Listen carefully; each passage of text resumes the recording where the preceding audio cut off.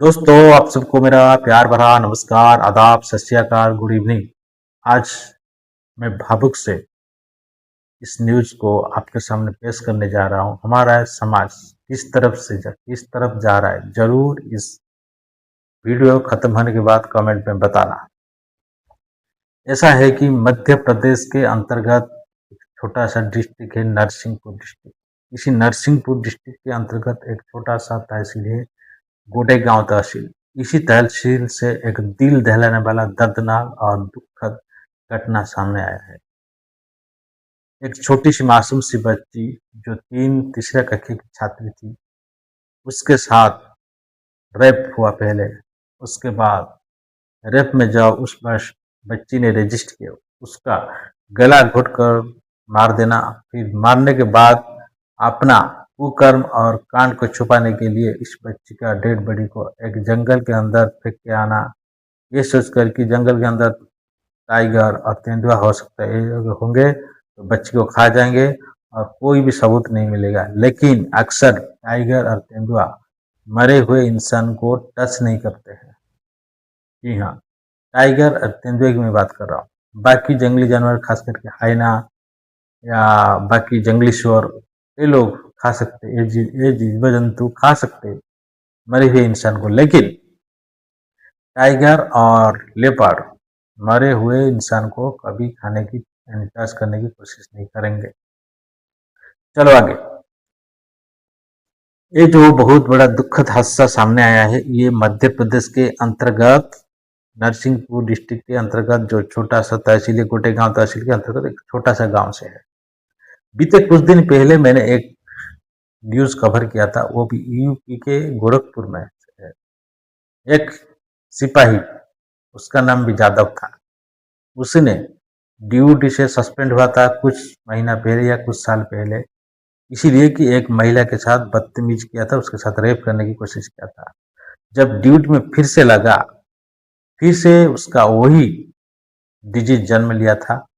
उसने एक 10 साल की छोटी सी लड़की को लगभग डिस्ट्रिक्ट हॉस्पिटल से अगवा किया। अगवा करने के बाद उसको लेकर 15 किलोमीटर तक एक सुनसान स्मशान के अंदर गया। वहां पर उसके साथ बहुत बेरहमी से रेप किया। रेप करने के बाद जब बच्चे ने रजिस्ट करने के लिए यानी चिल्लाने की कोशिश की, तब उसका गले के ऊपर अपना घुटना रख के उस बच्चे को वहीं पर मौत का घाट उतारा दिया। बाद में एक बड़ा जलाशय में उसका डेड बॉडी फेंक के फिर आके 112 की ड्यूटी में ज्वाइन करना, और बाद में पुलिस की जो सीसीटीवी जांच हुआ, वहां से जब पकड़ा गया आरोपी कांस्टेबल, उसके ऊपर इतना तगड़ा केस नहीं लगाया फिलहाल अभी तक गोरखपुर के पुलिस। पता नहीं आगे इस केस में क्या होगा या नहीं होगा, लेकिन एक छोटी सी बच्ची के ऊपर इस तरह से गंदी हरकत करना, फिर उसको मौत के घाट उतार देना, एक्चुअली पोस्को एक्ट से इनके ऊपर कार्रवाई होना चाहिए। लेकिन हमारे समाज की जो आईन व्यवस्था के बारे में तो आप सबको बहुत अच्छे से भली भांति से पता है, ज़्यादा बोलने की जरूरत नहीं। चलो आज के टॉपिक में, एक छोटी सी बच्ची जिसकी उम्र लगभग 8 साल थी, तीसरी कक्षा की छात्री थी, एक स्कूल से लगभग 5 अगस्त 2026 के दोपहर 2:30 PM को इस लड़की ने उस स्कूल के गेट के सामने खड़ी हुई थी और ये सोचकर कि शायद मेरा माँ या पापा कोई आएंगे, मुझे पिकअप करके लेके जाएंगे। सबसे गलती यहीं पर यही हुई थी इस लड़की से और स्कूल की मैनेजमेंट से कि एक इतनी छोटी सी बच्ची को आप स्कूल के गेट के बाहर इस तरह से अकेले कैसे जाने दिया। अगर आपके स्कूल के अंदर सेफ्टी नहीं है तो फिर स्कूल की प्रधान शिक्षक के ऊपर भी कार्रवाई होना चाहिए। स्कूल के अंदर बच्चे को गेट बंद करके रखना चाहिए, चाहे उनका फैमिली या पेरेंट्स कोई भी आए, उसे आने के बाद बच्चे को छोड़ देना चाहिए। लेकिन ऐसा व्यवस्था नहीं हो रहा है, जिसके वजह से आजकल क्राइम बहुत बढ़ रहा है। छोटी सी बच्ची टहल रही थी उसी स्कूल के गेट के सामने, वहीं पर इस बच्ची के सामने एक लड़का आया। इसी बच्ची के माहौल में पड़ोसी, जिसका नाम है अन्नू यादव, इस अन्नू यादव को ये बच्ची भैया भैया बुलाती थी। शायद बहुत बार इस बच्ची के साथ अन्नू यादव भी खेला होगा और उसके साथ मौज मस्ती किया होगा। हो सकता है दोनों कभी कभी कहीं कहीं पर मिले होंगे। उस वक्त शायद अनुज यादव टारगेट कर लिया था इस बच्ची के ऊपर, कहीं ना कहीं इसके साथ कुछ ना कुछ गलत हरकत करने के लिए। अनुज यादव लगता है एक पागल साइको किलर था। शायद इसको लड़कियों की लत लग गई थी, जिसके वजह से लड़कियों तो इसको मिलना दूर था। इसका काला शक्ल देख के कोई भी लड़की इसके ऊपर फिदा होने वाला नहीं था और पटने वाला नहीं था। अब ऐसे ही एक क्रिमिनल था। इस छोटी सी बच्ची को ये विश्वास दिला दिया कि तुम्हारा पापा ने मेरे को भेजा है तुमको लेने के लिए, तुम मेरे गाड़ी में आओ। छोटी सी बच्ची इस क्रिमिनल ने, इस अपराधी की बात को सच मान ली और तुरंत इसके गाड़ी में बैठकर चले गए। जब इसके गाड़ी में बैठकर चले गए, ये अनुज यादव इस लड़की को घर तक नहीं लेके गया था और उसको लेके गया था पार्श्ववर्ती जो जंगल है, सागवान जंगल है, वहां पर। लगभग इनका गांव से वो जंगल की दूरत्व थी 1 से 1.5 किलोमीटर तक। जंगल के अंदर जब लेके गया तब उस बच्ची ने रजिस्ट करने की कोशिश की और बोला भैया यहाँ पर मेरे को क्यों लेके आए। तब इसने बोला नहीं कुछ बात नहीं, थोड़ी देर में हम दोनों चले जाएंगे। लेकिन थोड़ी देर बाद इस अन्नू यादव का राक्षस रूप इस बच्ची के सामने आया। इस बच्ची, छोटी सी बच्ची, मासूम सी बच्ची, लगभग क्या थी, मतलब इसका इतना बड़ा शरीर है, इतना इसके अंदर एनर्जी है, उसके सामने लगभग कुछ नहीं थी। बहुत बर्बरता से, बहुत ब्रुटालिटी से इस बच्ची के साथ रेप किया। रेप करने के बाद जब बच्ची ने चिल्लाने लगे इसके ऊपर, तब बच्ची का मुंह हमेशा के लिए बंद करने के लिए इसके मुंह पर कुछ जोर जबरदस्ती प्रेशर किया, जिसके वजह से बच्ची का वहीं पर दम तोड़ गया। फिर कंफर्म नहीं हुआ था तो इस बच्ची का मत के बारे में तब ये अनुज यादव ने इस बच्ची को जमीन में बहुत बार पटका। पटकने के बाद जब कंफर्म हो गया कि ये बच्ची मर चुकी है तो तुरंत उसी जंगल के पास एक नाला है, उसके अंदर फेंक के अपना शर्ट पैंट पहन के चला आया था अपना घर। लेकिन जब ये सब कार्य ये कर रहा था, उस शर्ट पैंट में इस जंगल की मिट्टी लगी हुई थी। साथ ही साथ ये जब रेप करने की कोशिश किया था तो उसका शायद सीमेंट्स कुछ इसका पैंट में, जींस पैंट में लगा हुआ था। ये बात इसका ध्यान से निकल गया था, जो बाद में जाके इसको पुलिस पकड़ने में हेल्प हुआ। कैसे हुआ चलो आगे बताता हूँ। ये अपना घर चलाया ये सब कांड करने के बाद। जब 3:30-4 बज गया, इस छोटी सी बच्ची के पिता और माता बोले हमारा बच्ची कहाँ गए। बाकी दोस्तों से जाके पूछे हमारा बच्ची कहाँ गए। तब दोस्तों लोगों ने बोला वो तो पहले से स्कूल के गेट के सामने खड़ा था, शायद किसके साथ चला आया होगा, हम सोचे घर। लेकिन जब सारी की सारी बच्चियों को इनके गांव के लोग पूछताछ किए, उनका घर वाले पूछताछ किए, तब बोले अन्नू भैया से बात कर रहा था ये छोटी सी बच्ची। हो सकता है अन्नू भैया के साथ ये गया होगा। इनका पिता माता को बोला कौन, उस बच्ची के दोस्त लोगों ने। जब जाके इनका पिता माता, इस बच्ची के पिता माता अन्नू को बोले अन्नू क्या तुम्हारा हमारा बेटिया तुम्हारे साथ आज स्कूल से घर आए हैं। तब अन्नू ने सीधा सीधा झूठ बोलकर ये मना कर दिया नहीं भाभी जी, भैया जी, मैं कभी स्कूल के पास गया नहीं, मेरे साथ अन्नू क्यों आ गया। अगर अन्नू आता होगा मेरे साथ, मैं तो लेके अपने आपके घर में जरूर ड्रॉप करके आता। तब इसका जो पिता माता जी बोले ठीक है, शायद कहीं और चला गया होगा, ढूंढते हैं। अन्नू यादव ने इतना सातिर चोर दिमाग वाला, इतना खतरनाक दिमाग वाला था कि नोटंगी करने लगा। ठीक है भैया भाभी चलो, मैं भी आपके साथ जाऊंगा और मैं भी ढूंढूंगा।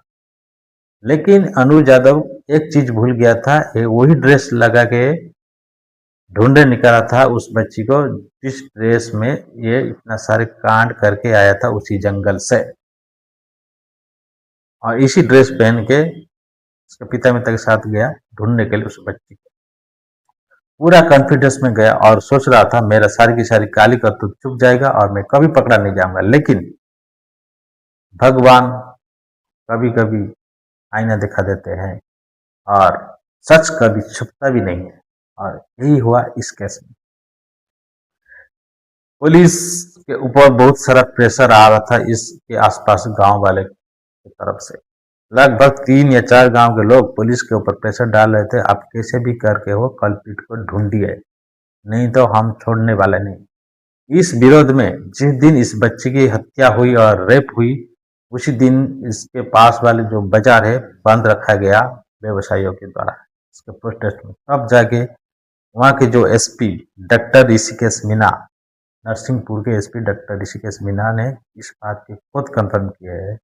हमारे ऊपर बहुत प्रेशर था, जिसके वजह से लगभग हम 40 से 50 पुलिस पर्सनल दिए हैं इस बच्ची को डेड बॉडी ढूंढने के लिए, और 60 विलेजर्स भी हमारे साथ बहुत अच्छी तरह से मदद कर रहे थे।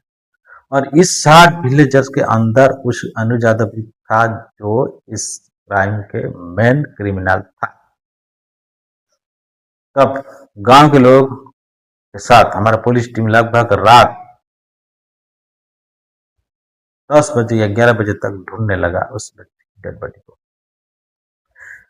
5:30 PM को इस बच्ची की पिता माता आके हमारे पुलिस स्टेशन में कंप्लेन किए, और इसके बाद हम एक टीम गठन किए, और उसके बाद कौन कौन इस टीम का हिस्सा हो गया हम अलर्ट किए। उसके बाद 40 से 50 पुलिस पर्सनल उस एरिया में ढूंढने के लिए गए।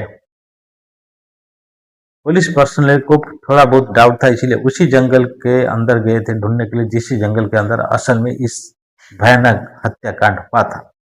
और पुलिस के साथ भी उस वक्त अनुज यादव भी वहीं पर गया था, और बाकी गांव के लोग भी वहीं पर गए थे।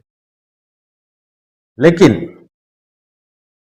बच्ची की डेड बॉडी तो मिल गया, लेकिन एक चीज नहीं मिला, अपराधी कौन था ये बात अभी तक कंफर्म नहीं हुआ था। पुलिस ने,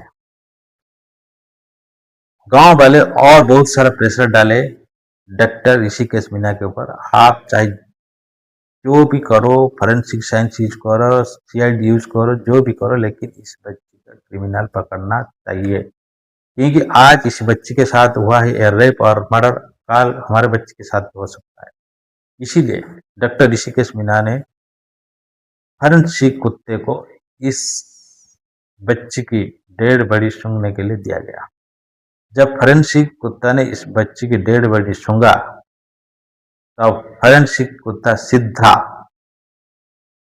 अन्नू भैया के पास जाके खड़ा हो गया। जब अन्नू भैया के पास फॉरेंसिक कुत्ता जाके बार बार खड़ा हुआ, तब पुलिस की शक इस अन्नू भैया के ऊपर गया, और दिन में इस बच्ची की पिता माता को और इस पुलिस वालों को छोटे छोटे बच्चे लोग बोले थे, अन्नू भैया के साथ वो 8 साल की छोटी सी बच्ची स्कूल के गेट के सामने बात कर रही थी, लास्ट में ये लोग देखे थे। तब पुलिस इस अन्नू भाई को पूछा, तुम्हारे ड्रेस में मिट्टी क्यों लगा है, तुम कहाँ गए थे? तो बोला नहीं ऐसे ही लग गया। ऐसे ही नहीं लगा है, तुम्हारे ड्रेस की जांच होगी, तुम्हारे पैंट की, तुम्हारे शर्ट की जांच होगी, दो, और सच बोलो तुम क्या क्या किया है इस छोटी सी बच्ची के साथ। जब अन्नू ने देखा सारी की सारी बात, मेरा अभी पुलिस पकड़ लिया है, अभी मेरा अरेस्ट होने वाला है, हो सकता है मेरा एनकाउंटर हो जाएगा, तुरंत अन्नू बाइक की चाबी पकड़ा था और बाइक को पूरा स्पीड में लेकर भागने की कोशिश कर रहा था। लेकिन इस एरिया के रास्ता का इतना अच्छा कंडीशन था कि अन्नू को इस रास्ता ने वहीं पर पटक दिया, क्योंकि इसका बाइक का एक चक्का स्लिप कर दिया, और ये इतना बुरी तरह से उस रोड के ऊपर गिरा कि इसका एक पैर, इसका हेड, इसका हाथ, तीनों जगह फ्रैक्चर आ गया। और अभी इसका तस्वीर में लगा रहा हूँ, आप देख सकते हो, ये वही अन्नू है जो एक शैतान, एक नर पिशाच, एक ब्रूटलिटी किलर है। इसके साथ क्या करना चाहिए आप जरूर कमेंट बॉक्स में बताइए। यही अनुज यादव को उस वक्त पुलिस हिरासत में ले लिया और सारी की सारी बात पूछी, तब जाके अनु ने कबूल किया, जी हाँ मैंने 5 अगस्त 2026 के लगभग 2:30 बजे छोटी सी बच्ची को देखा था गेट के सामने। तब मैं पहले चला गया, फिर बाद में आके उसको पूछा क्या तुम घर जाओगे? तो उस छोटी सी बच्ची ने बोला नहीं, मेरा माता नहीं तो पिताजी कोई आएगा मुझे पिकअप करने के लिए, मैं आपके साथ नहीं जाऊंगा। तब उसने उस बच्ची को भरोसा दिलाया था कि तुम्हारे पिताजी मेरे को भेजे, तुम मेरे साथ आओ। लेकिन ये बच्ची को उसका घर में छोड़ने की बजाय पासवर्ती जंगल में लेके गया था। वहीं पर उसके साथ ब्रुटालिटी से रेप किया, उसके बाद उसका मर्डर किया। मर्डर करने के बाद एक नाला में फेंक दिया। ये बात खुद पुलिस के सामने, ग्रामवासियों के सामने और उस लड़की की पिता माता के सामने खुद कबूल। अभी जो फर्स्ट ट्रैक कोर्ट में इस केस चल रहा है और आने वाले टाइम में अगर इस केस के बारे में कोई भी अपडेट आएगा जरूर आपके सामने लेके आऊंगा। एक चीज आप जरा ध्यान से सुनिए, अभी इम्पोर्टेंट बात मैं बताने वाला हूँ।